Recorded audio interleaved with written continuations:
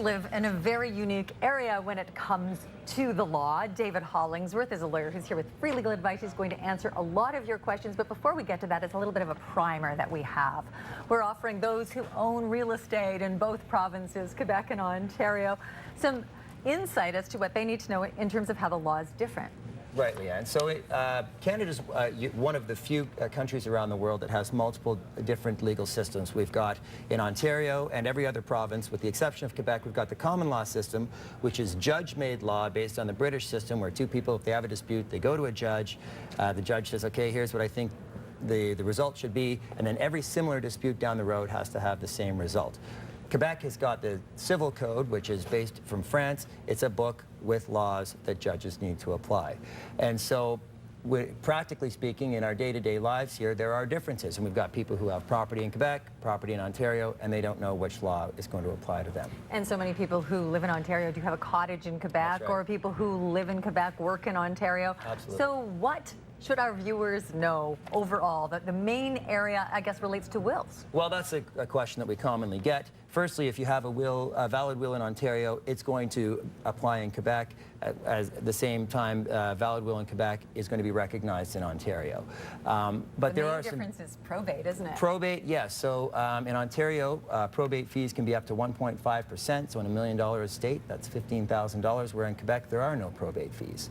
Another key component is that in Quebec there is a will registry, and so when you have a will, it gets registered, and so you can find out if somebody has a will, you can locate where the will is, and you know it's going to be the most current will, whereas in Ontario there is no such registry. So I get letters all the time from lawyers saying, hey, do you have a will for this person, that person, and it seems to be a little bit less organized in Ontario.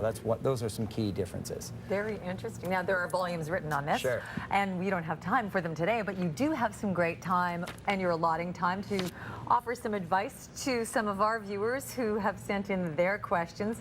And actually, we were chatting about wills. The first one relates to inheritance. Okay. I don't know where this woman lives, either in Quebec or in Ontario, but she received an inheritance when her grandmother passed away. Her question is, does my husband get half if we get divorced? So in Ontario, typically gifts are excluded from the net family property. So a gift in a will, for example, provided that she keeps it separate, it becomes her property and only her property. It becomes complicated, of course, when if it just gets thrown into a bank account and money gets spent, then she would have to prove what part of it was actually hers. Gotcha. Okay, this relates to personal injury, which is your area of expertise. Right. I was injured in a car accident 2 years ago, and my insurance company keeps sending me to different doctors. Mm-hmm.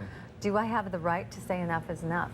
Right. So they would be sending this individual to doctors to see if the person is still in need of certain benefits. So if you still want to get the benefits paid by your insurance company, you have to comply and you have to go see their assessors. If you disagree with the results of their assessors, you can go get your own opinion, and then there's a mechanism to dispute their findings. Okay, we just bought our first home, and our lawyer is recommending title insurance. Are we legally required to? Okay, what is title insurance? I'll ask that question first. Okay, so title insurance, it's an insurance that was put in place to really what it does is it alleviates a lot of the things that you need to do on closing, usually to satisfy a bank or to satisfy yourself.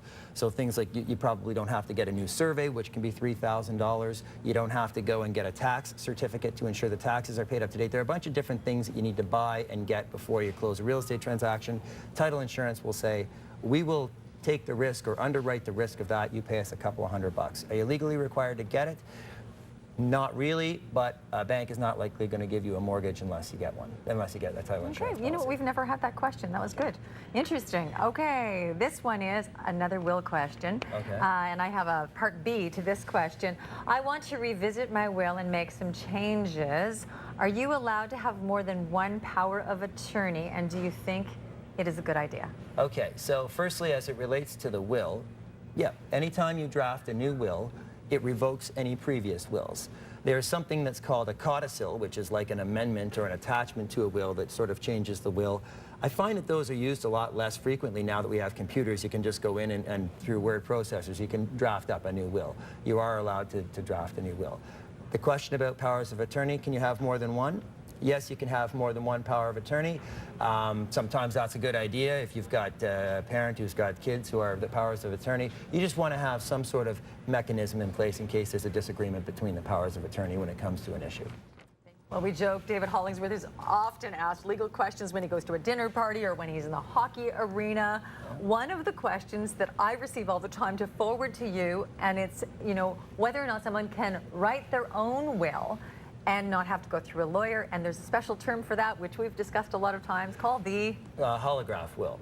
So what a holograph will is it's a handwritten will where somebody writes out their intentions. It has to be in their handwriting. The whole thing has to be in their handwriting. And it's a non-witnessed document. It's supposed to be signed. It's not witnessed.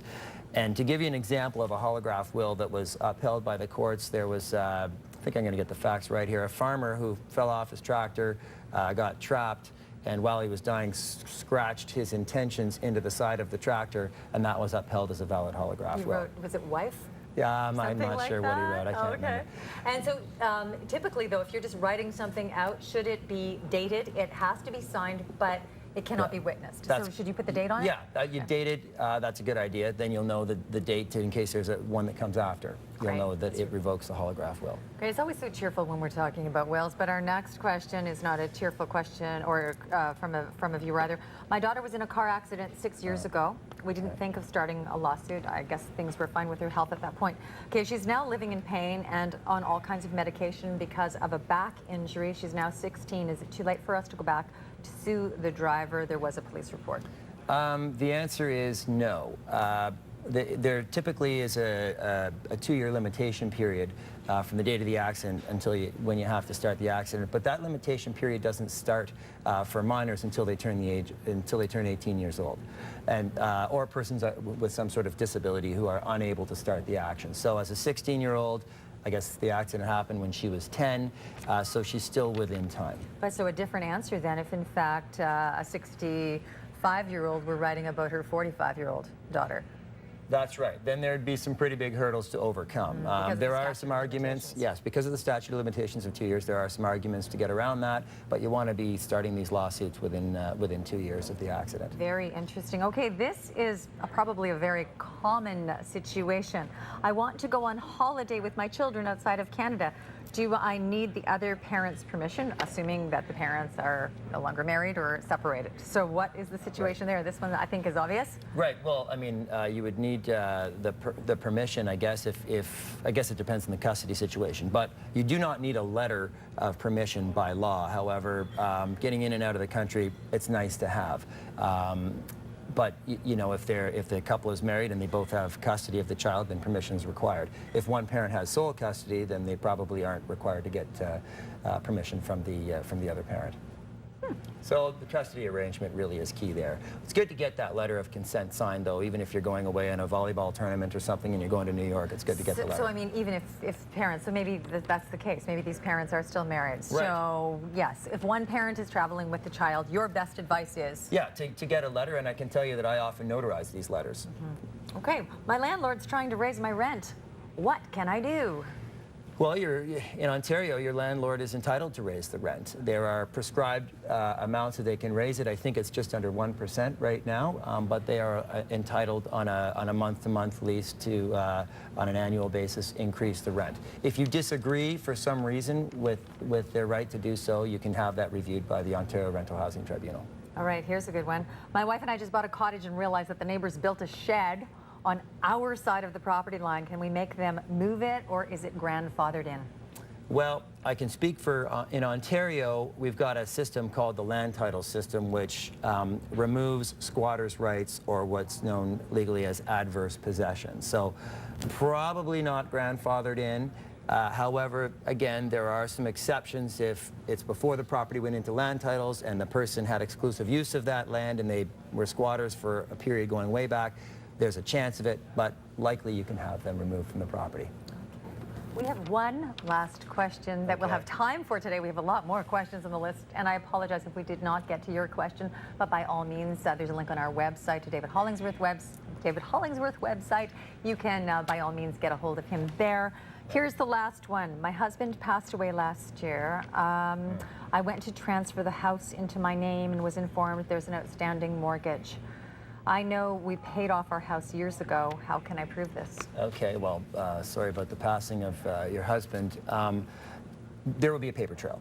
So if you paid it off through the bank, you would go to the bank, and sometimes what happens is the mortgage has in fact been paid off and the bank knows it's been paid off. It's just the document that's registered at the land titles office, they just haven't gone in and removed it yet. So often it's something as simple as providing proof that the mortgage was paid off, and then it'll get removed from the system. We want to thank you. We had wide and varied questions. We always invite your questions, as we said earlier, and there's a link on our website to Dave's website. Thanks a ton, Dave. Thank you.